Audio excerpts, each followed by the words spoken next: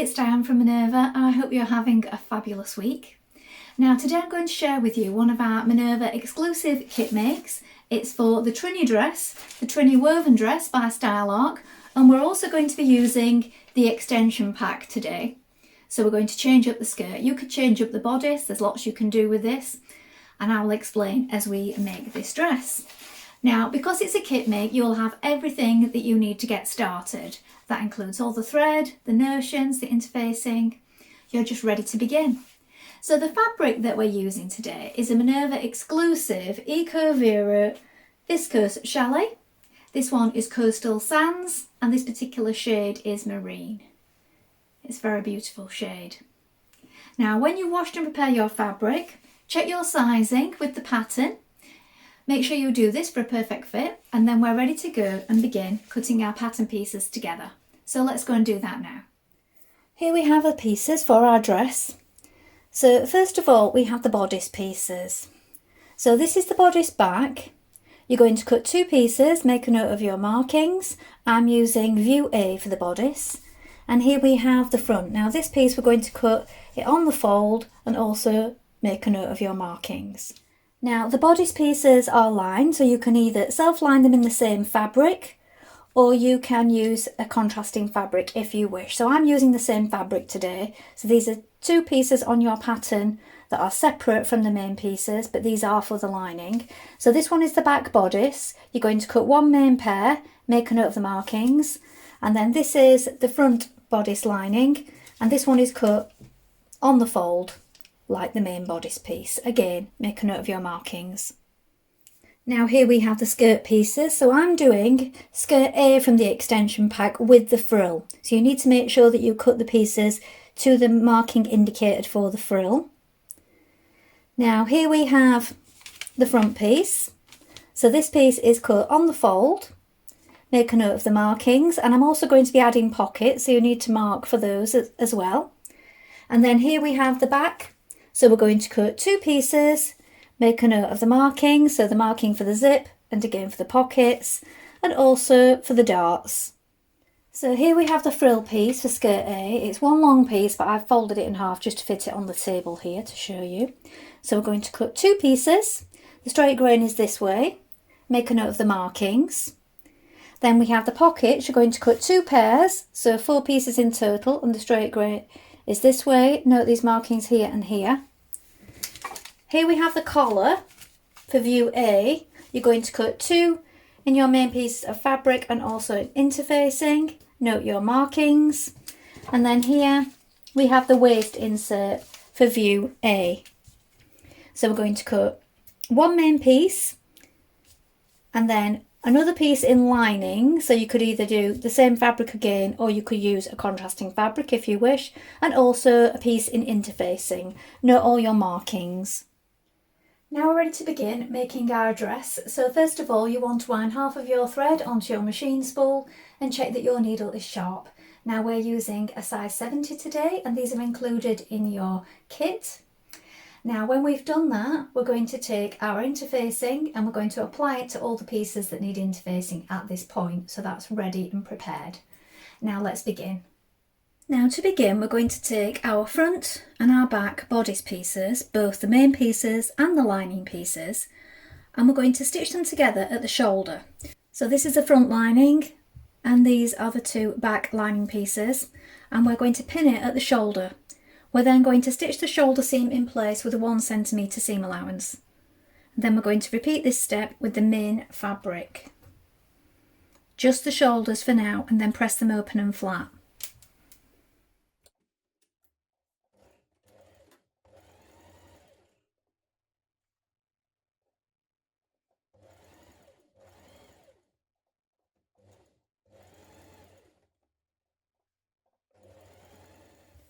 Now with right sides facing, we're going to pin the lining to the main bodice fabric.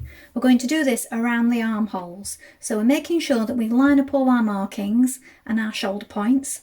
We're going to stitch it in place. Then when we've done that, we're going to do a line of ease stitching. So let's just stitch this armhole first of all, and then I'll show you that next.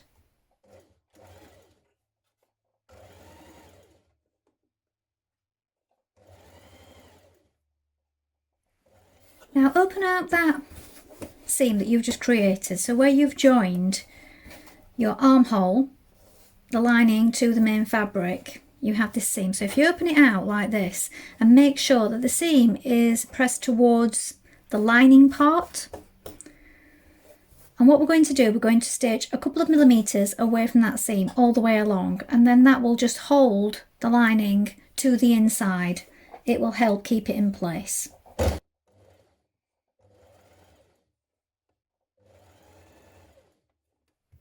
Now you're going to fold it back to the inside. So on the lining it's going to look like this on the inside. We have this fold line here on the sleeve. So here we are, here is our edge stitching that we've just done. If we turn it to the right side, look, the shoulder looks like this. So this is the right side of your fabric. On the inside, here is our little extension bit that hangs over the shoulder. So that is folded to the inside. Now what I would suggest is, what I've done here, I've pinned it all the way around before I pressed it, and that's just to make sure that everything lines up. So your shoulder seams just here, look, are lying flat, and also that all the edges and the seams and the neckline are lying flat before you give it a press, and that will just make sure that it keeps everything in position. Now on the places indicated on the front bodice piece, you're going to sew 2 lines of gathering stitches between the markings here and here. So these are on either side of your front bodice piece, and we're going to gather those up to the length of the waistband notches in a moment. So change to a large stitch first of all. I'm going to do another directly beside it. This just makes it a little bit more secure when you're pulling on those gathering stitches. And then sew your gathering stitches around your neckline at the places indicated. Now with right sides facing, sew both your collars together along the top, leaving an opening at either side of about 5 centimeters. This is so that you can attach your zip.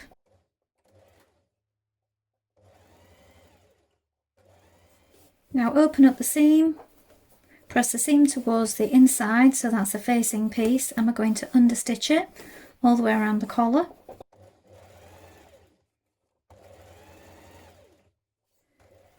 Now when you've pulled on your gathering stitches at the neckline here, we're going to pin our neck band to it like this. So you can pin it to the outside main fabric and then flip it over, and you can pin this one, the inner one, to the inside fabric. Now if you wish, you can pin them both together like this, so through both thicknesses, and then slip stitch that on the inside to the main fabric if you don't want to do it that way.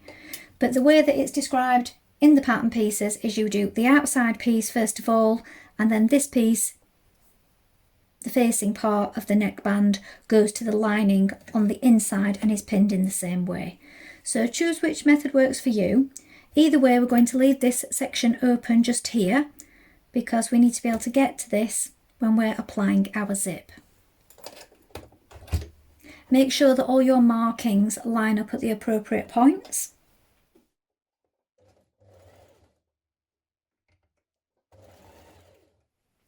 Now because I stitched my band on in one movement with both the lining and the front piece together on mine, what I've done is I've just slip stitched it on the inside, look, where I folded back the band and give it a press. Now I did this on the ironing board so that I just had it laid out so that it was in a nice curve, and then I just slip stitched it in place. You might find that you like to do it this way, that this works better for you, because I just found that it meant that I could gather my front and my lining together in one piece, and that makes sure that the gathers are even on both sides.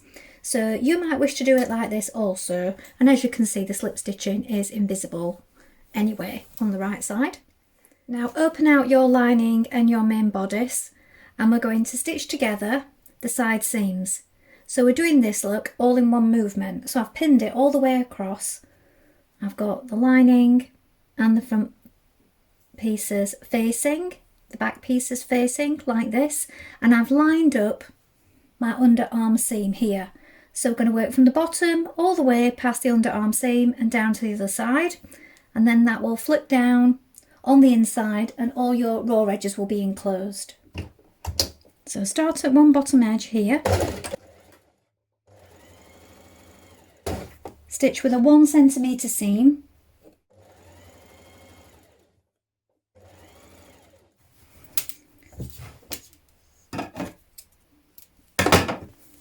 and then it will look like this on the inside, so everything is enclosed when you fold it back.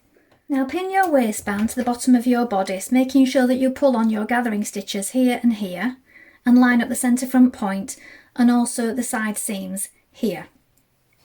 When you've done that, you're going to take your remaining waistband piece, so that's your lining waistband piece, you're going to do the same on the lining on the inside. So again, you're going to pull on the gathering stitches and pin the waistband to it.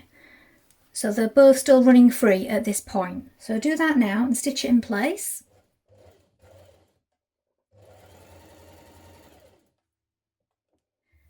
Now you're going to take your front skirt pieces. So we're making skirt A with the frill, and we're also adding pockets. So you want to take a pair of the pockets and place them right sides facing like this, lining up your markings. We're going to stitch in here 1 centimetre, down to the next notch and across, and then we're going to flip it through to the wrong side and give it a press.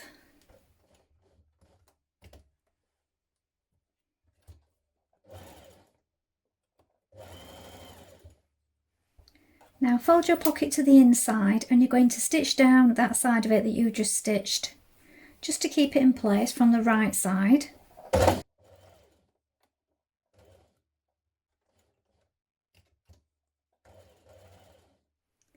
Now take your remaining pocket bag and place it, so right side facing right side of the pocket bag, like this. Make sure that it hangs over a little to the side and that your notches match up. Then pin the two pockets together. We're now going to stitch around these pockets, and then when you've done that you can edge finish them. Now sew the darts in your back skirt pieces, working from the markings here down to the point. Now you're going to work to a gradual V. Come off when you reach the point, don't back tack, because we're going to knot those threads and press the knot down towards the point. Then we're going to press the dart towards the centre back.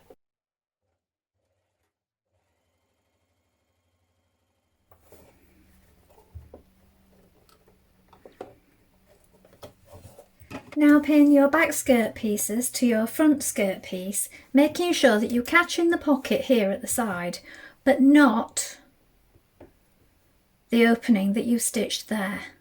So we just need to make sure that we poke that opening out the way, and we're just catching the back of the pocket there as we pass this point here with the markings here and here.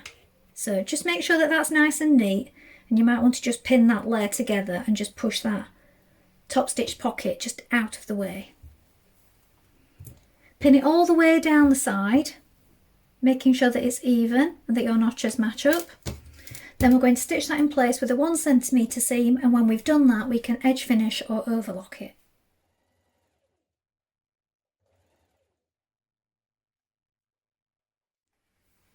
Now pin your skirt to your outer waistband piece, so we'll leave the inside one running free for now.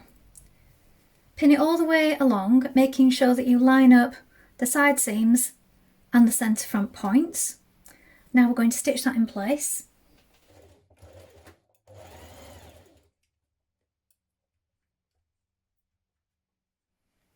Now we're going to sew in our invisible zipper. So we've got our dress with right sides facing up. These two parts of the neckband are still separate at the top. Look, we haven't stitched those together yet. So we have this on one single layer. I've changed to my invisible zipper foot, making sure that the coils are out of the way as we're stitching. We're going to stitch down this first side, and when we get to the waistband, I would recommend marking these points here and here on your zip with chalk. I'll show you in a moment when I reach that point what I mean, so that on the other side you can line up these points nicely.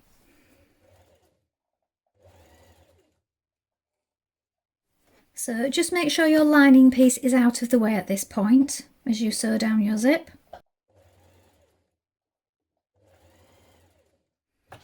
So these points here on your zip, you want to mark them, so you can do it with either chalk or pencil.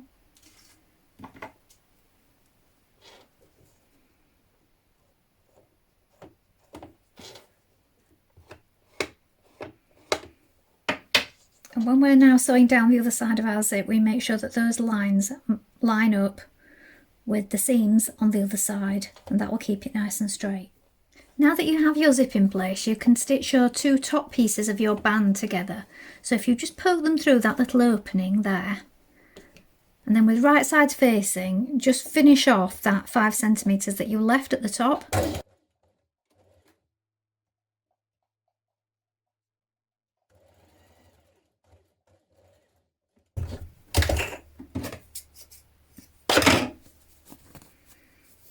Turn it through. And then this part here will turn back the lining on the inside to the inside of the zip. You might want to give that a press with an iron before you do this. And we can stitch that with hand stitches down the inside of the zip like this. Not too close because it is a concealed zip and we don't want to get caught in those teeth just there. So if we stitch that with hand stitches now, down both sides. Now we're going to stitch the remainder of our centre back seam, so change to a regular zipper foot at this point and just flip your bottom of your zip out of the way like this. We're going to stitch as close as we can to those stitches where we've stitched in our zip. So back tack to begin. And stitch to the bottom of your hem. Now we're going to stitch the inside band to our dress. So overlock the bottom of it and then we can either hand stitch it on the inside or pinning it in key places, you can turn it to the right side like this and then stitch in the ditch from the top. Be sure to take your pins out as you go.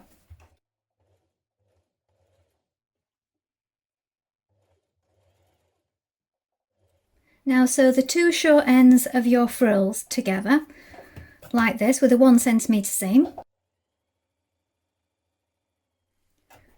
Now sew 2 lines of gathering stitches on both sides of your frills, a couple of millimetres away from each other. Now you're going to stitch your frill to the bottom of your dress. Now I like to do this by dividing it into 4.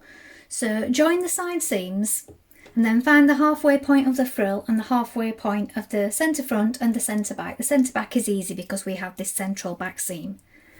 Now gather it in 4 sections, pull on those gathering stitches and pin it in place, and we're now going to stitch this in position. When you've done that, you can edge finish it by either overlocking or zigzag finishing it. Now hem the bottom of your dress. I'm doing a double fold. You may wish to overlock it and just turn it up once. Do try it on first to see if it's the right length. You may wish to adjust the length of your frill.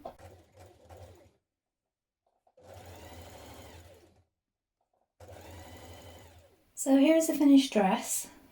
So I've got this lovely deep frill at the bottom.